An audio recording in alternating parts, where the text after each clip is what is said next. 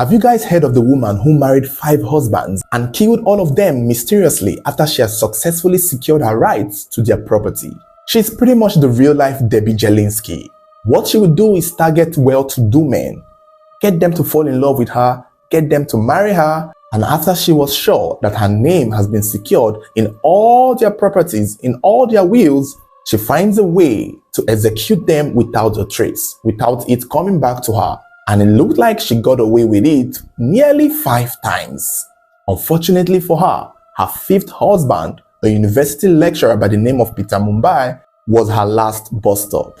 A crime she would have almost gotten away with if it wasn't for a meddling housemaid and a very curious first wife. This story will shock you. Now, it's not clear where Anne Mumbai is originally from, but her story started from Zimbabwe, where it was said she got married to her first husband there, who eventually died of natural causes per se. She eventually sold his properties and moved to Malawi, where she met her second husband, a brigadier named Manda. Now, her method of killing her husband is not very clear. Like I said, each and every one of these men seem to have died of causes that did not lead back to suspecting her. However, for her second husband, Brigadier Manda, people said he had HIV and AIDS, and he may have died of AIDS-related causes. But it's so ironic that this man had been living with HIV all his life. But barely 1 year after he marries Anne, he suddenly began to lose weight and somehow, some way, dies. And there was no way to trace it back to her because the doctor thought it was his underlying health issues that may have played a role in his death. It is possible she knew of his health status before trying to patch herself or attach herself with him, knowing that he would not last long.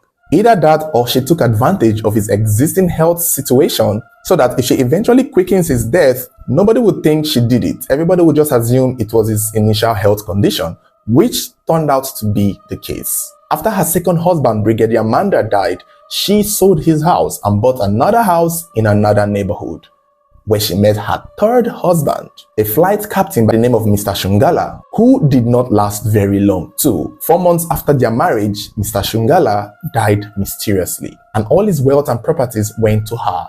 After Mr. Shungala, she met another man, an elderly man who was already at the brink of death but had a lot of wealth to spare, so Anne married this man, and in less than a year, the man passed, with Anne inheriting some of his property. There seemed to be no stopping her until she met her 5th husband, Mr. Peter Mumbai, whose last name she took, and whose marriage to her seemed to be the longest. Peter Mumbai was a professor at the Lilongwe University of Agriculture in Malawi, and was said to have been processing his retirement payment of 100 million Malawian kwacha when he met Anne and got married to Anne. They were together for 6 years, which is interesting because all her previous marriage did not even last up to a year.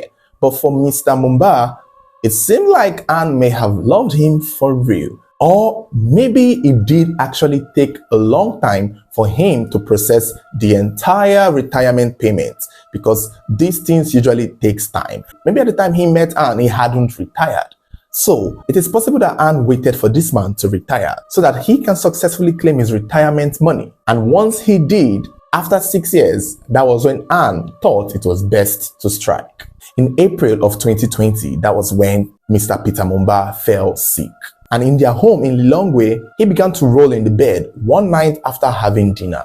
It was said that Anne started trying to call the husband's brother, letting him know that something was wrong with Peter. Eventually, Anne was able to get the housemaid to help her take the husband to the vehicle, where she alone drove this man to a hospital at a very far distance. But by the time they got to the hospital, they were referred to another hospital, and by the time they got to the second hospital, Mr. Peter Mumbai had passed.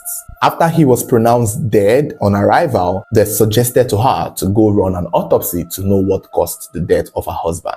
And I think this is where things started going left, and this is where she started becoming suspicious. After the doctor suggested to Anne to run an autopsy on her husband, her late husband, she took this man to a funeral home, had them embalm him, and prepared him for burial in his hometown. And it was said she rushed the whole burial process. After taking Peter back to his hometown for burial, she was supposed to stay 3 days, but immediately the burial was over, she ran away and came back home to Lilongwe. By right, in their culture, she was supposed to stay 3 days extra in the village and do some other traditional stuff. But she didn't wait, and that became suspicious to a lot of people. When she came back home to her husband's house, She instantly fired the housemaid. And it was because of this decision to fire the housemaid that everything came to light. The said housemaid began voicing out her thoughts and suspicion. She began saying and telling people who knew the family that she felt that Anne was the one who had killed her Oga, that she felt that it was Anne who poisoned Mr. Peter. Now, another thing about Mr. Peter Mumba is that he had been married before. His first wife is based in the UK with his earliest children. I think he had given birth to some children before now. I don't know if he has any children with Anne, but it's unclear. It wasn't stated. But he had children from his previous marriage, and his first wife lived in the UK. It's not stated if his first wife and he were still together at this time, or if they were divorced or separated. But eventually, the first wife in the UK got to hear of Peter's passing, and also got to hear of the rumors that the housemaid was spreading that it was the second wife, Anne, who may have poisoned him to death. But at this time, Peter had already been buried, and everything was already settling.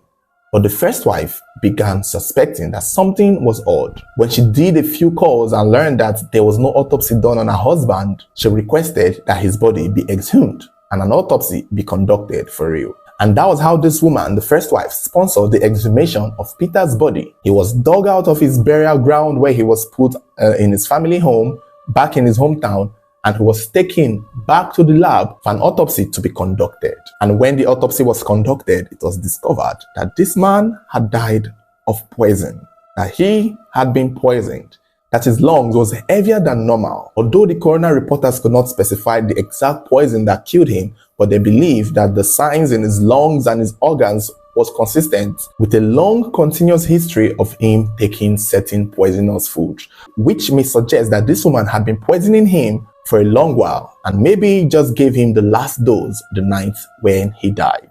Immediately, Anne was arrested and charged with the murder of Peter Mumba, her fifth husband.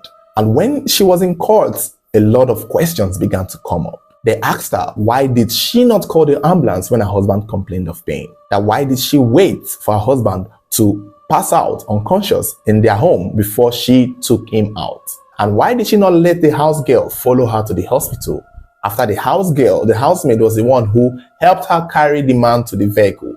So it was only her who drove this man to the hospital that was at a far distance in another town. But then investigation revealed that the hospital she took him to was very far, and that there were two other hospitals in that line closer to them that she would have taken this man to.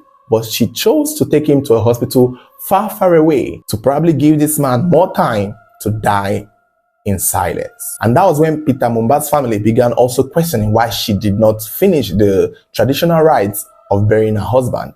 That she left citing that she was not safe, that she didn't feel secured, and went back to the family home to fire the housemaid. All of these things were questions asked to her during the court proceedings. And the Lilongwe High Court was able to determine that with all this evidence against her, she was found guilty.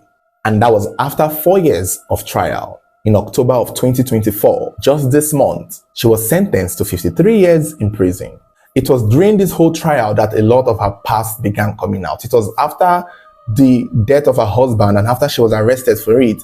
That was when people started seeing her on the news. That was when people who had known her, people whose husbands or whose loved ones she had been married to in the past began speaking out. And all her previous husbands' deaths started coming back to being questioned. It's not clear if the husbands of her past are going to be investigated again, because those ones, nothing was traced back to her, but it seems like she's going to pay for all of them with this man's death. And Mumba pleads not guilty, and her lawyer are planning to appeal the judgment of her being found guilty and sentenced to 53 years in prison, only because the coroner reporters could not identify the exact poison that he ate that killed her. And to be fair, there is a little bit of case there. If the coroner reporters could not find the exact poison that killed him, then I guess our lawyers can have a case to argue in her defense. But it's almost suspicious, and it's hard not to notice that she was married 5 times and all her husbands died mysteriously.